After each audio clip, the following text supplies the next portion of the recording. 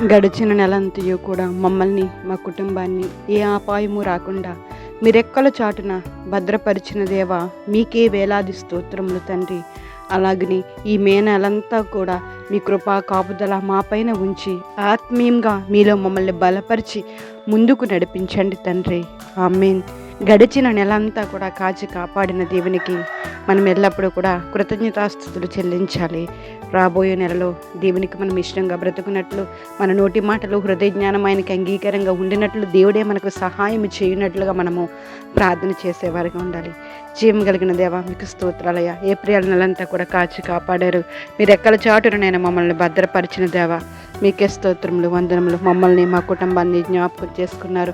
మా బంధువుల్ని, మా స్నేహితుల్ని, మా సంఘాన్ని జ్ఞాపకం చేసుకున్నందుకు మీకు లెక్కలేనండి వందనములు, వందనములు, వందనములు, స్తోత్రములు చెల్లించుకుంటున్నాం తండ్రి. ఈ మే నెలలో కూడా మీకు ఆపుదల కృప మా మీద, మా కుటుంబం మీద అనుగ్రహించండి. మేము ఎల్లప్పుడూ నిత్యము మీలో నిలిచినట్లు, మా నోటి మాటలు హృదయ జ్ఞానం మీకు అంగీకారంగా ఉండినట్లు, నిజమైన భక్తి మేము చేయనట్లు మీరే సహాయం చేయండి తండ్రి. సమస్త గంట మహిమ ప్రభావాలు మీరు పొందుకుంటారని ప్రభువుని యేసు నామములో అడిగి వేడుకుంటున్నాం మా పరమ తండ్రి. Amen. Praise the lord. God bless you all.